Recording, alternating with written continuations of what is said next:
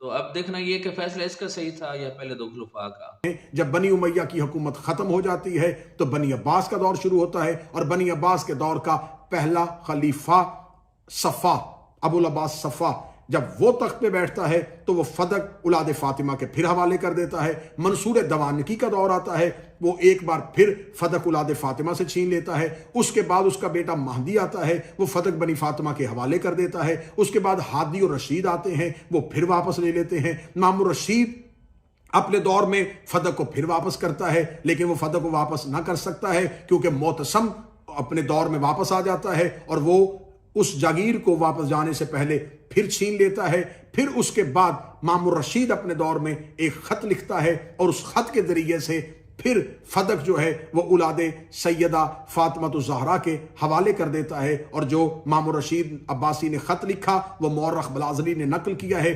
210 ہجری میں مامون الرشید نے فدق کی واپسی کے جو احکام جاری کیے تھے، اس نے مدینہ کے عامل قاسم بن جعفر کو خط تحریر کیا تھا اور اس میں اس نے لکھا تھا کہ میں مامون اللہ کے دین میں جو مجھے مقام حاصل ہے اور رسالت مآب کی جانشینی اور جو قرابت حاصل ہے، ان تمام چیزوں کا تقاضا یہ ہے کہ وہ رسول خدا صلی اللہ علیہ وسلم کی سنت پر عمل پیرا ہو اور نبی اکرم کی فرامین کے نفاذ میں لاتے ہوئے رسول خدا نے جسے جو کچھ عطا کیا تھا اس عطات کو پہنچائے. جناب رسول خدا نے اپنی بیٹی حضرت فاطمہ کو فدق عطا کیا تھا، یہ بات روز روشن کی طرح واضح ہے، تو اس میں کوئی شک شبہ نہیں. اس لیے میں مامون، اپنے آپ کو انہوں نے ایک خط میں امیر المومنین لکھا تھا، یہ رائے ہے کہ فدق اس کے وارثوں کو واپس کر دیا جائے اور اس عمل کے ذریعے سے امیر المومنین اللہ کی قربت کا خواہش مند ہو اور عدل اور انصاف کی وجہ سے رسول خدا کی سنت پر عمل پیرا ہونا چاہے.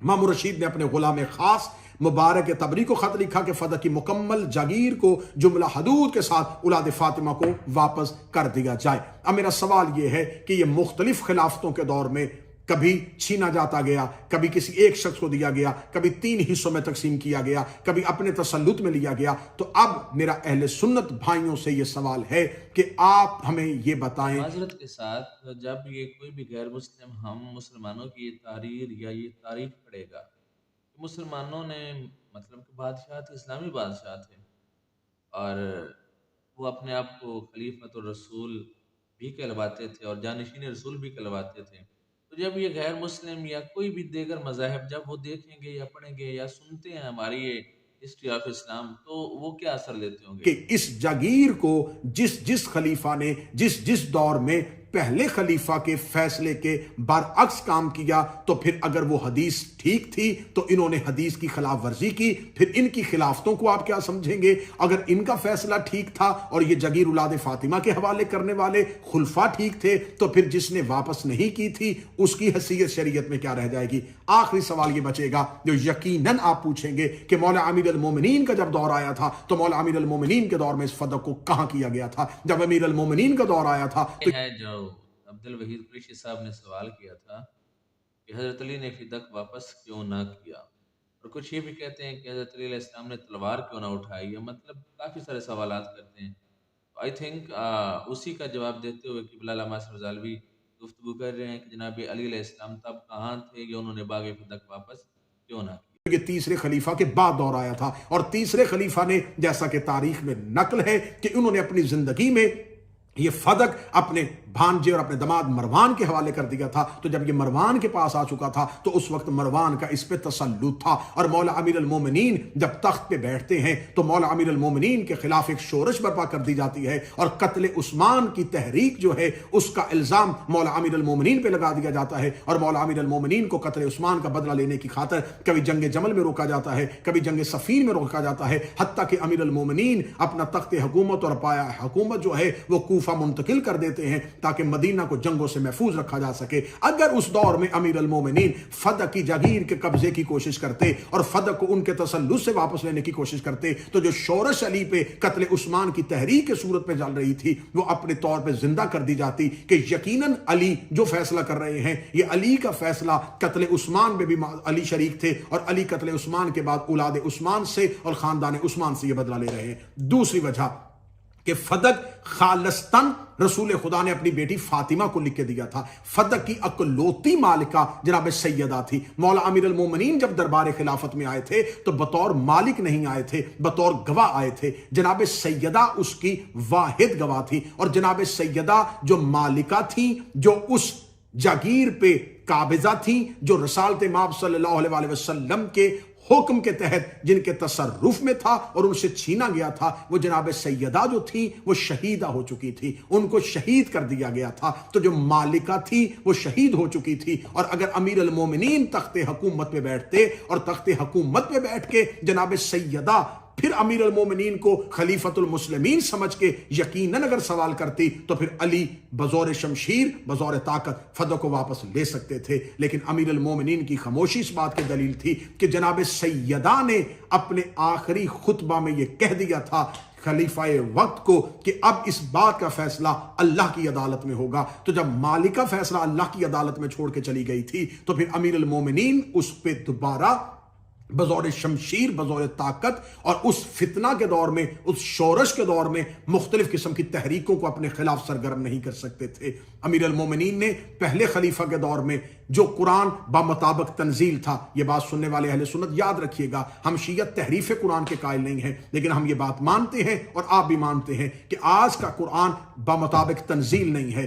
آج کے قرآن میں مکی صورتیں آج کے قرآن مطابق تنزیل یعنی کہ جس طرح جو صورت نازل ہوئی تھی اس حساب کتاب سے، یعنی کہ جیسے پہلے صورت قرآن ہونا تو ایسے ہی چاہیے تھا نا کہ جو آیت پہلے اتری یا جو صورت پہلے اتری وہ پہلے آتی، جو بعد میں اترتی، یعنی کہ جس طرح قرآن نازل ہوتا رہا اسی طرح قرآن میں اسے ایک ترتیب دی جاتی. لیکن وہ نہیں ہے، اس میں مکی صورتیں آگے ہیں، بعض اوقات مدنی صورتیں آگے، یعنی کہ آگے پیچھے سارا سسٹم ہوا ہے. تو یہ ہے کہ تنزیل قرآن جس طرح نازل ہوا اس طرح تنزیل قرآن کی وہ ترتیب نہیں دی. اختتام میں ہے، مدنی آیات ابتدا میں ہے، پہلی آیت درمیان میں پڑی ہوئی ہے، آخری آیت جو ہے ابتدائیہ میں جا چکی ہے. تو قرآن بمطابق تنزیل نہیں ہے. مولا امیر المومنین وہی قرآن جو تنزیل کے مطابق تھا وہ قرآن لے کے دربار خلافت میں آئے تھے، اور امیر المومنین نے کہا تھا کہ میں نے اس قرآن کو بمطابق نزول جمع کیا ہوا ہے. لیکن اس دور کے خلفاء نے امیر المومنین سے وہ قرآن لینے سے انکار کر دیا تھا اور وہ قرآن امیر المومنین واپس لے کے چلے گئے تھے. اب یہاں پر یہ بھی سوال پیدا ہوتا ہے کہ اگر قرآن علی کے پاس بمطابق تنزیل جمع تھا تو امیر المومنین اپنے دور میں اس قرآن کو نافذ کیوں نہیں کیا؟ آپ سمجھیے گا وہ دور کتنا حساس تھا. اگر امیر المومنین دوبارہ اس قرآن کو نافذ کرتے تو پھر جیسے آج تورات کئی حصوں میں تقسیم ہو چکی ہے، آج انجیل کا اصل صحیفہ کسی کے پاس نہیں ہے، آج زبور اپنی اصلی حالت میں نہیں ہے، تو اگر امیر المومنین اس دور میں اس قرآن کو لے آتے تو پھر آج ہر گھر میں کئی قرآن ہوتے. جیسے آج ہر گھر میں کئی تفسیریں ہیں، جیسے ہر گھر میں کئی ترجمے ہیں، ویسے ہر گھر میں کئی قرآن ہوتے. کیونکہ اگر امیر المومنین وہی تنزیل شدہ قرآن لے کے آتے تو علی کے بعد اگلا خلیفہ جو بیٹھتا وہ تخت پہ کہتا کہ اگر علی اپنا قرآن لے کے آئے تھے تو میں اپنا قرآن لے کے آؤں گا. اس سے اگلا خلیفہ کہتا میں اپنا قرآن لے کے آؤں گا. تو ہر دور کا بادشاہ اپنا قرآن لے کے آ جاتا. آج پتہ ہی نہ چلتا اصل قرآن کس کے پاس ہے اور غلط قرآن کس کے پاس ہے. امیر المومنین نے اپنے دور میں جو فیصلے کیے تھے وہ عدل الہی کے مطابق کیے تھے. اور یہاں پہ گزرتے کیونکہ ایام فاطمیہ کا اختتام ہے، ایک سوال کا جواب دے دیا جائے کہ امیر المومنین نے جب جناب سیدہ کے دروازے پہ آگ لگی، سوشل میڈیا پہ اس سوال کو بڑی تیزی کے ساتھ پھیلایا جا رہا ہے کہ امیر المومنین جناب سیدہ کی مدد کے لیے کیوں نہیں آئے تھے، امیر المومنین نے جناب سیدہ کا تحفظ کیوں نہیں کیا تھا. تو اس کا مطلب ہے کہ معاذ اللہ ثم معاذ اللہ وہ علی جو حبشیوں کی مشکل کشائی کرتا ہے اس نے اپنی زوجہ کی مشکل کشائی کیوں نہ کی. آپ علی کو مشکل کشا نہیں مانتے، آپ اللہ کو تو مشکل کشا مانتے ہیں. تو پھر مجھے بتائیے گا اگر اللہ مشکل کشائی کرتا ہے تو پھر آپ اس سوال کا جواب دیجئے گا کہ خدا نے قابیل نے جب حابیل کو قتل کیا تو خدا نے حابیل کی مدد کیوں نہ کی؟ جب جناب نوح کو پتھر مارے جا رہے تھے خدا نے نوح کی مشکل کشائی کیوں نہ کی؟ جب ابراہیم کو نمرود آگ میں پھینک رہا تھا تو خدا نے حضرت ابراہیم کی مدد کیوں نہ کی؟ جب حضرت موسیٰ کو تنگ کیا جا رہا تھا تو خدا نے کیوں نہ کی؟ یحییٰ کو آرے سے چیرا گیا، عیسیٰ کو سولی پہ لٹکایا گیا، جس نبی سے محبت کی قرآن میں قسمیں کھائی ہیں، جس کے خدا زلفوں کی قسمیں کھاتا ہے، جس کے خدا ہر ادا کی قسم کھاتا ہے، اس کو مکہ کی گلیوں میں پتھر مارے جاتے رہے، انہیں زخمی کیا جاتا رہا، ان پہ گندگیاں پھینکی جاتی رہیں، خدا خاموش کیوں؟ امیر المومنین زمین پہ حجت خدا ہے. اگر آپ کو ان تمام سوالوں کا جواب مل جائے کہ خدا کی خاموشی کی وجہ کیا تھی، دوسری اس کی جواب کہ امیر المومنین کو رسالت مآب کا حکم، کیونکہ علی زندگی میں اپنی ذات کی خاطر کبھی نہیں لڑے، علی بدر میں لڑے تو اسلام کی خاطر، علی احد میں گئے تو اسلام کی خاطر، علی خیبر میں گئے تو اسلام کی خاطر۔ وہ تلوار جو جمل اور صفین میں چل سکتی تھی وہ یقیناً مدینہ میں بھی چل سکتی تھی، لیکن علی کو مدینے کا تحفظ بڑا پیارا تھا، کیونکہ رسالت مآب نے مدینہ کے تحفظ کے لیے بڑی قربانیاں دی تھی۔ رسالت مآب نے مشرکین مکہ سے بدر کے کنویں پہ جا کے لڑائی لڑی تھی تاکہ مدینہ محفوظ رہے، احد کی پہاڑی پہ جا کے لڑائی لڑی تاکہ مدینہ محفوظ رہے، امام حسن نے مدائن کی طرف ہجرت کی تاکہ مدینہ محفوظ رہے، امام حسین نے مدینہ چھوڑ کے عراق، کربلا، ریگستان کا انتخاب کیا تاکہ مدینہ محفوظ رہے۔ ہر دور کے امام نے مدینے کو محفوظ رکھنا چاہا، اور اگر امیر المومنین اس دور میں تلوار نکال لیتے تو مدینہ میں وہ جنگ چھڑ جاتی کہ جیسے قتل عثمان کے بعد آج تک پتہ نہیں چل سکا کہ قاتلان عثمان کون تھے، پھر آج یہی شور برپا کر دیا جاتا کہ جیسے تیسرا خلیفہ قتل ہو گیا تھا، ویسے ہی ایک شور آیا تھا دروازے پہ اور ان میں سے کسی کی تلوار علی کی گردن پہ چل گئی اور علی کو قتل کر دیا گیا۔ بہت سے حقائق ہیں جن پہ ابھی پردہ اٹھنا باقی ہے، لہٰذا میری آپ سے گزارش ہے، ایام فاطمیہ ختم ہو گئے، اگلے سال پھر ایام فاطمیہ تک ان سوالات کے جواب ضرور تلاش کیجئے گا، اور کوشش کیجئے گا کسی ایک ذات، کسی ایک شخصیت، کسی ایک سوچ، کسی ایک نظریے کو بچانے کی خاطر اہل بیت کو ناراض نہ کیجئے گا، زہرا کو ناراض نہ کیجئے گا، رسول کو ناراض نہ کیجئے گا، کیونکہ یہ حدیث آپ کی کتابوں میں المستدرک حاکم میں موجود ہے کہ نبی نے فرمایا تھا، جس نے میری زہرا کو ناراض کیا اس نے مجھے ناراض کیا، جس نے مجھے ناراض کیا اس نے اللہ کو ناراض کیا، اور جو اللہ کو ناراض کر کے نماز پڑھے وہ نماز نہیں ہوتی، جو اللہ کو ناراض کر کے حج کرے وہ حج نہیں ہوتا۔ کوشش کیجئے گا عبادت کو بچانے کی خاطر ہی جناب سیدہ کو راضی کیجئے گا، دین بچانے کی خاطر جناب سیدہ کو راضی کیجئے گا۔ خداوند متعال ہمیں حق کہنے، حق بولنے، حق سننے، حق سوچنے، حق سمجھنے کی صلاحیت عطا فرمائے۔ دعا میں یاد رکھیے گا، انشاءاللہ وقتاً فوقتاً نئے موضوعات لے کے آپ کی خدمت میں حاضر ہوتے رہیں گے۔ السلام علیکم یا علی مدد۔ تو مومنین حضرات، ڈاکٹر صاحب کو اس ویڈیو میں بہت کچھ ایسا ملا ہوگا جس کی آپ توقعات رکھتے تھے، یا جس کو دیکھنے یا سننے کی خاطر آپ نے اس ویڈیو پہ کلک کیا ہوگا۔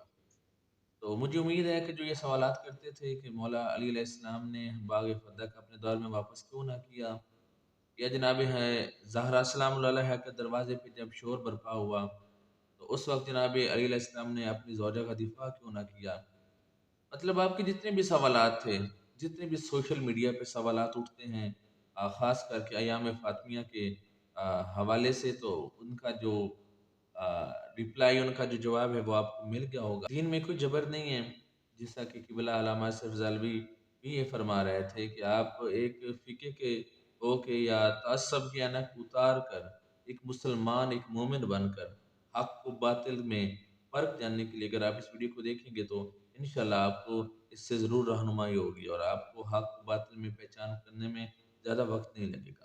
اور اگر آپ چاہتے ہیں کہ مزید اسی طرح کی ویڈیو بر وقت آپ تک پہنچتی رہیں تو ہمارے چینل صرف علی والے کو سبسکرائب کر لیں۔ ویسے تو صرف علی والے، فیس بک پہ بھی ہمارا پیج صرف علی والے کے نام سے ہے، انسٹا پہ بھی ہے، ٹک ٹاک پہ بھی ہے، اور یوٹیوب پر بھی ہے۔ تو ان تمام سوشل پلیٹ فارم پر ہماری ویڈیوز دیکھنے کے لیے ہمارے تمام تر پیجز اور چینلز کو سبسکرائب اینڈ فالو کر لیں۔ اور زندگی رہی تو ملتے ہیں کسی اور ویڈیو میں، تب تک اپنا رکھیے خیال، تحفہ یا علی علیہ السلام مدد، اللہ نگہبان۔